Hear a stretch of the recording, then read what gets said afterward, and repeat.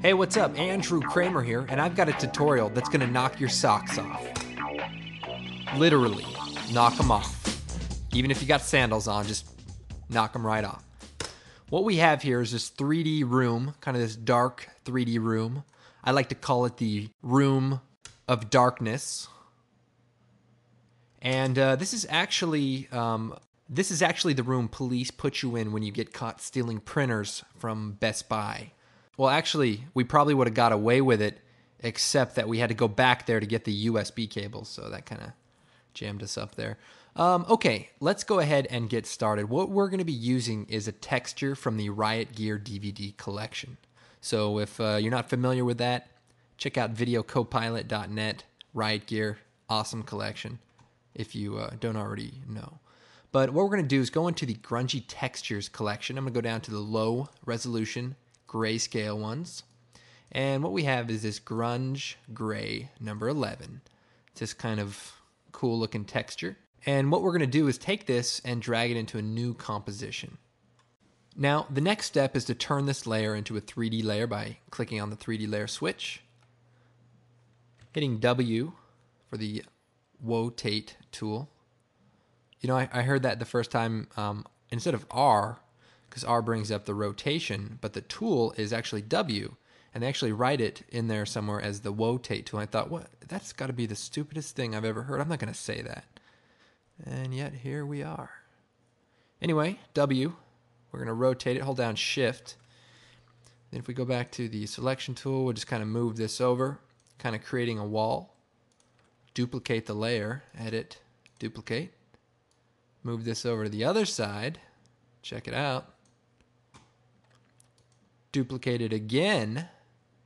Hit the rotate tool again. Rotate on the X-axis, the red axis, till it's flat. Bring it down to the floor.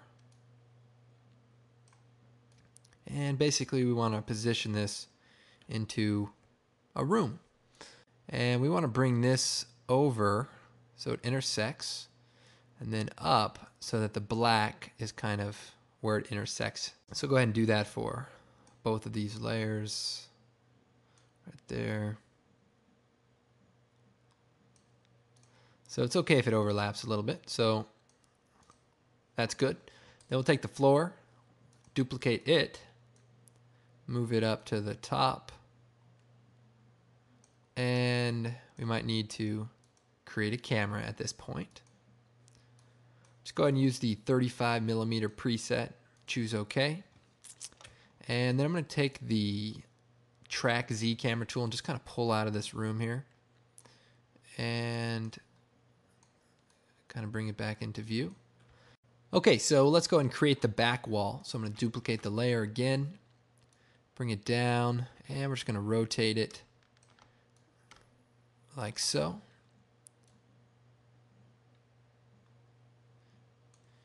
And we'll just push it in Z space to the back.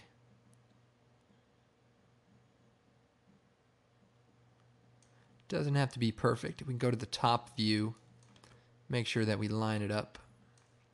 And also, if you want, you can select all the layers and pick a different color so that's easier to see. I'll go back to the active camera, scale this up just a little bit.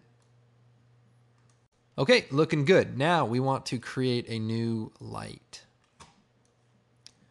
We'll go ahead and make the intensity 150, and we'll make the color like a blue color. Okay, so that looks pretty good.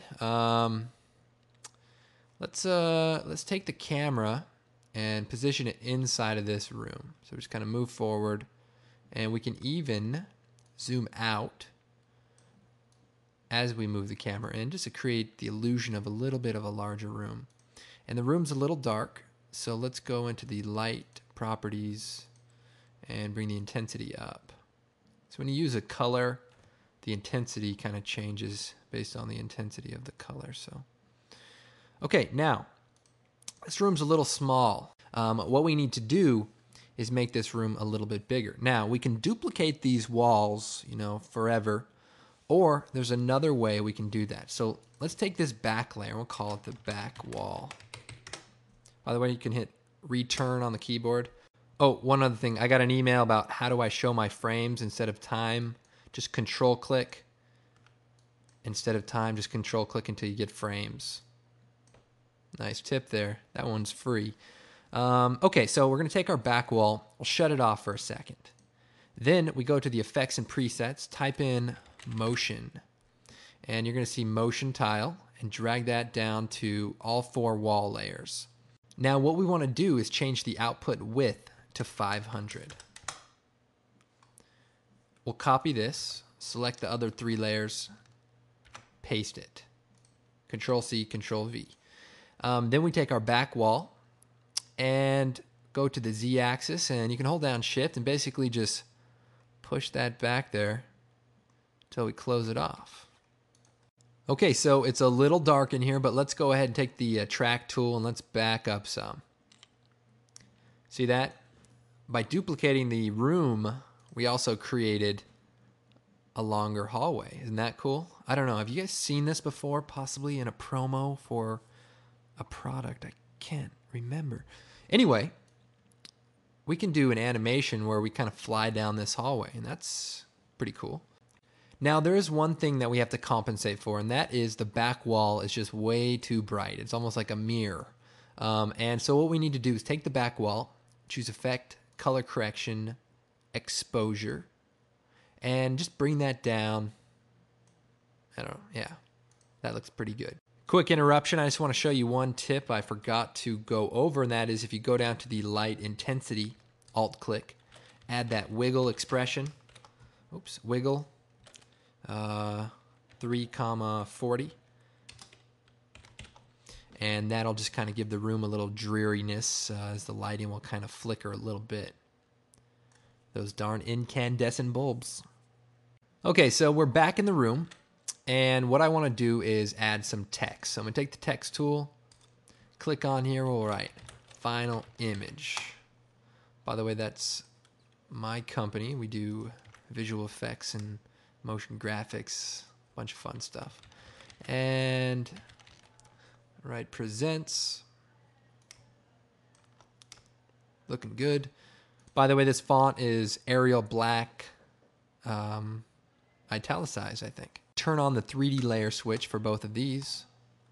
And bam, they go back to the 0, position of our camera originally. If you see, our layers are actually still up there. We're actually just looking at the motion tiled addition we've added to our nice little room.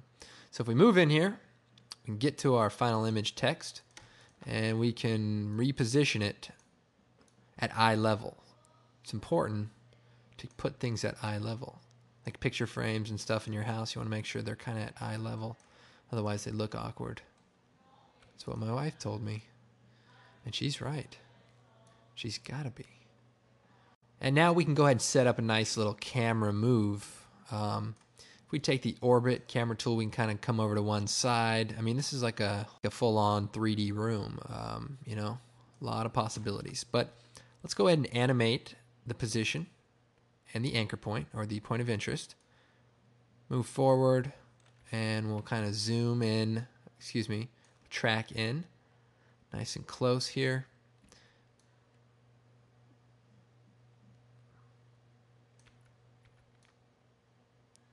Nice.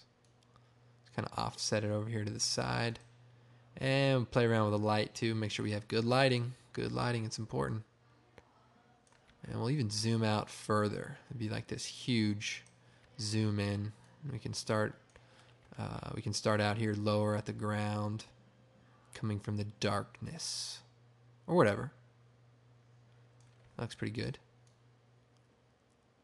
Kind of cool. We cross over. Okay, so that looks pretty good. Let's go ahead and select the keyframes. Hit F9 for a nice curve, easy ease curve on the keyframes there. Okay, let's go ahead and play that back. Now, the other thing I did in the original animation was add a little bit of a position wiggle. And to do that, I Alt-clicked on the position, choose Wiggle, parentheses, 1, 35. Actually, we'll go 0.5, comma 35. And then I'll just add a little bit of life at the end. You can even turn that down just a little bit. And we can also add motion blur to these layers. Turn on the motion blur switch, turn on motion blur. May want to speed the animation up a little bit. Just move the keyframes closer together.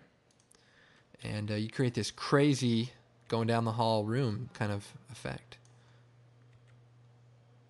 Now, how else can we enhance this? Well, let's go and pull down the camera options. And we have the depth of field. We turn that on. And nothing really happens. Let's increase the aperture.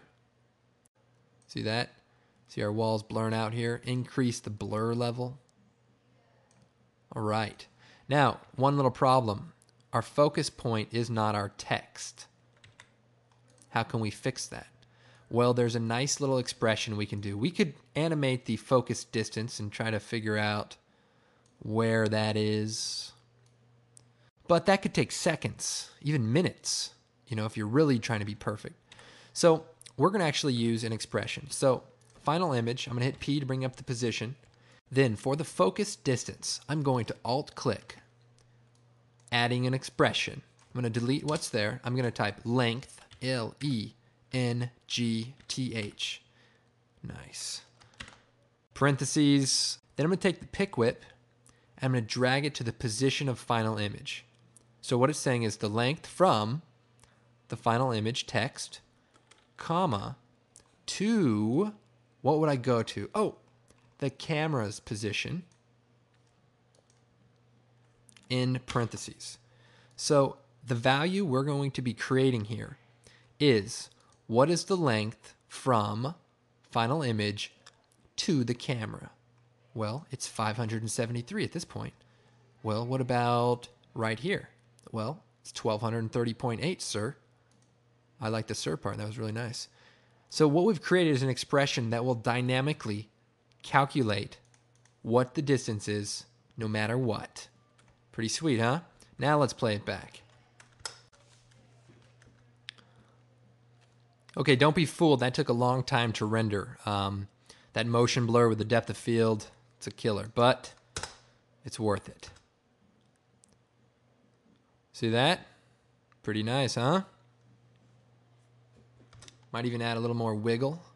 Give that a little more life. 35.75.